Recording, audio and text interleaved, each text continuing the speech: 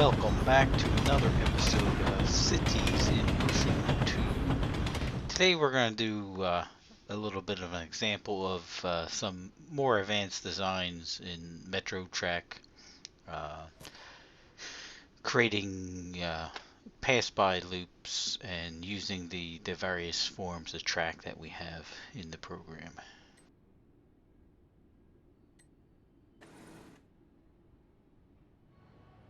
We'll stretch out a normal track, double track, one train in each direction.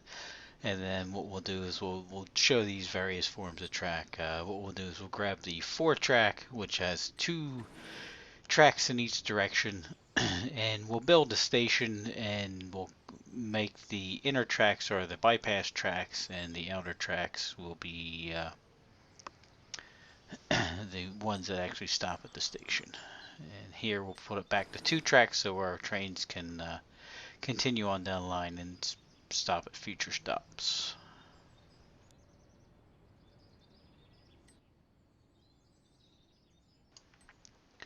We'll also create a little bypass here on the side that has we'll put a station and a bypass track on it just to show some other ways of designing the various stations you can have.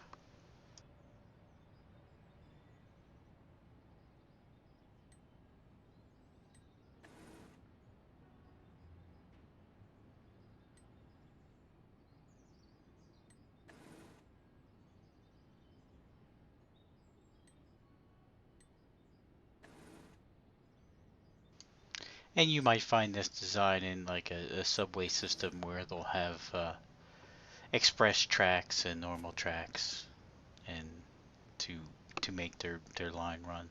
Here we'll just put a depot at the end so that we can quickly turn our trains around. Now we'll set up some stations.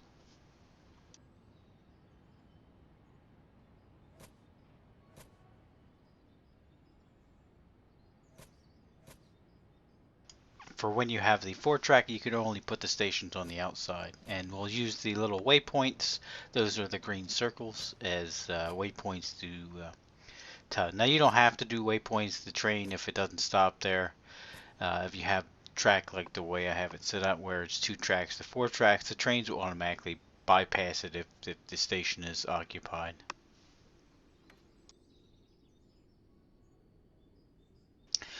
We're gonna buy just standalone trains for now to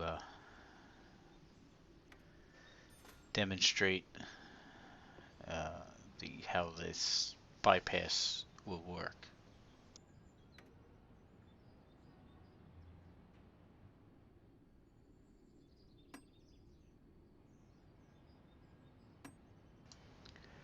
We'll go and make our little line here.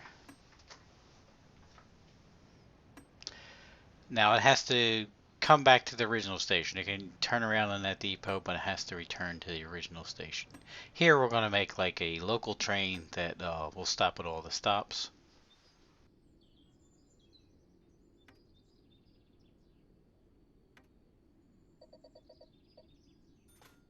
We'll go and buy some more trains.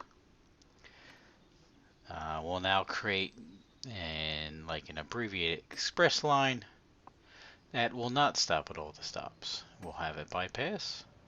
We'll have it stop. We'll do a bypass. At the depot, turn around. We'll do a bypass. We'll have it stop. We'll have it stop or do a bypass and then have it return to the depot.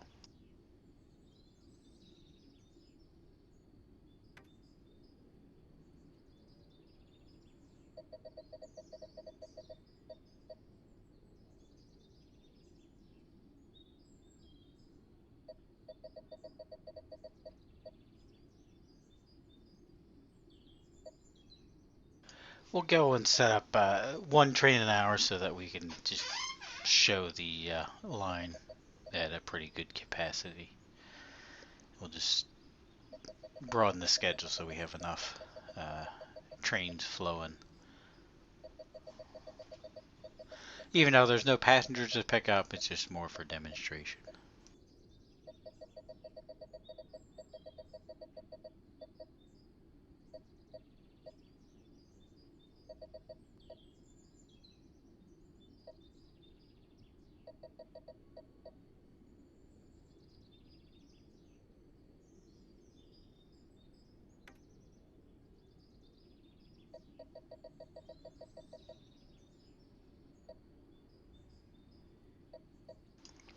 For the second line, we'll do pretty much the same, except we'll just stagger the start times so they're not exactly the same.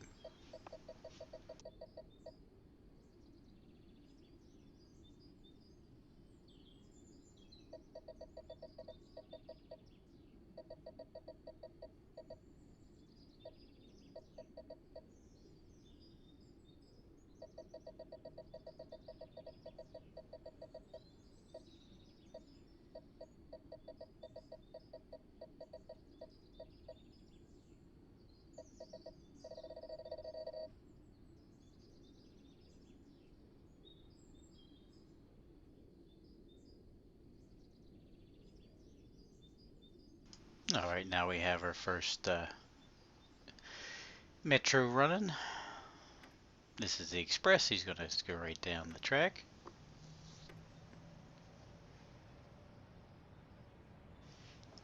And stop at the one station we have him set stopped at.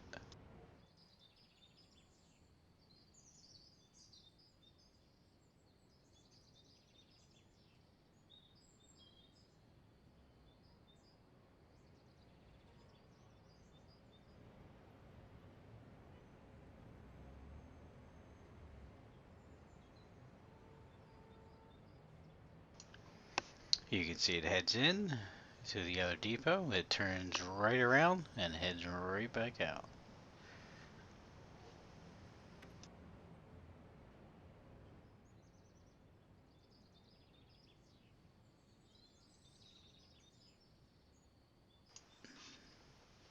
Here's the line 1 train that's now out, and that is the local train, we'll call it, stopping at every single station compared to the train here we're following, which is more like an express.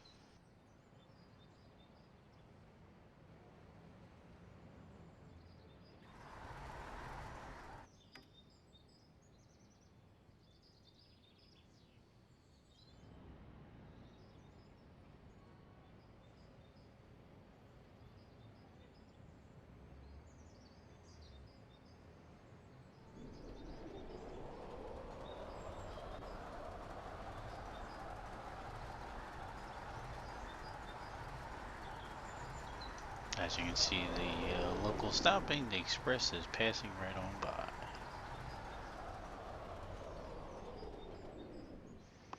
Going to the depot, turn around, and come right back down.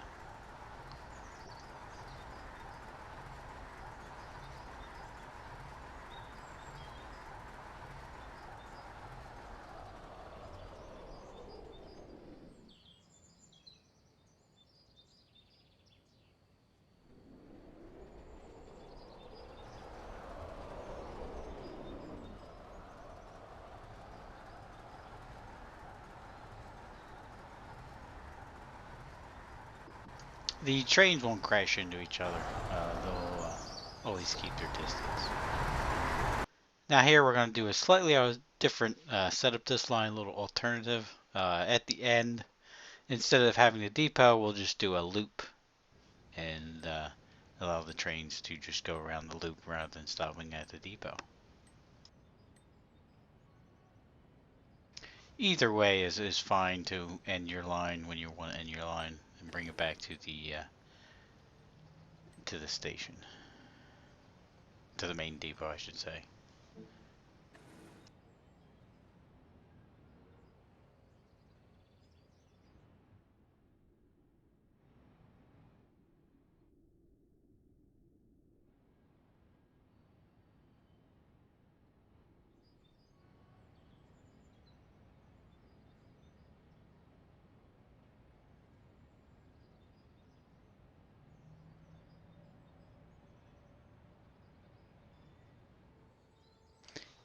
because we have the depot at the stop, the trains won't go around the loop. But if we wanted to make them, we would put a waypoint at the end, and we'd force them on the line to go and use that waypoint, and then they would probably give you an error. But here we'll delete the delete the station here. We'll delete the track. The train will just reset itself back to the depot. The train hasn't itself been deleted. We'll go and on the remove the depot, and then you see the train just automatically, the line automatically says, okay, that's the route back, and that's what line, that's way it will take.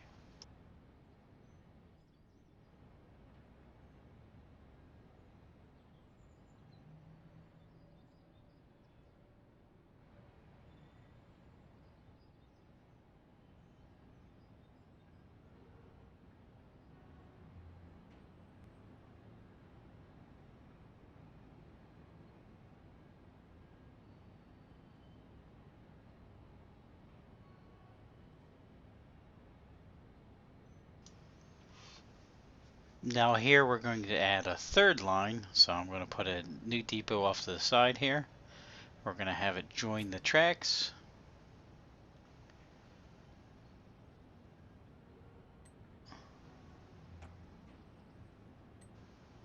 And have it go and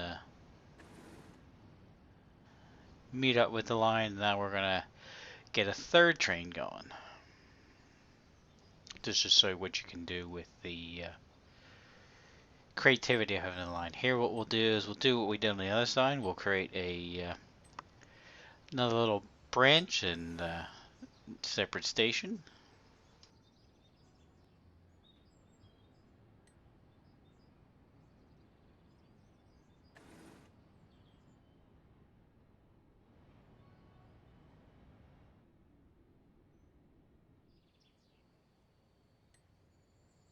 Here we'll go and create a little bit of a loop back around so that our other line can come back around to go to our new depot.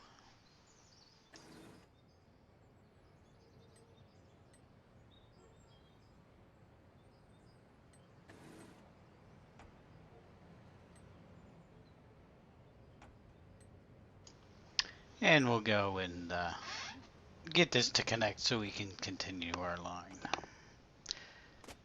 Now we'll jump ahead here. We have our line complete. We bought some vehicles and we set up our line. And now we're just going to watch it, how it interacts with each other.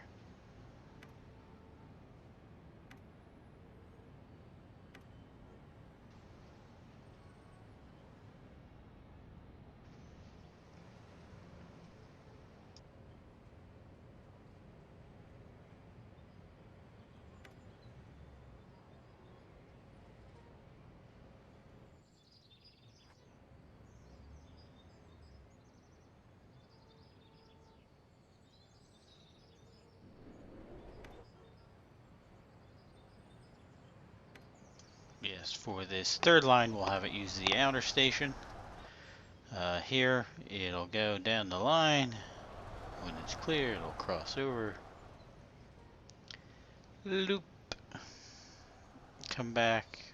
We'll have it use the outer station here.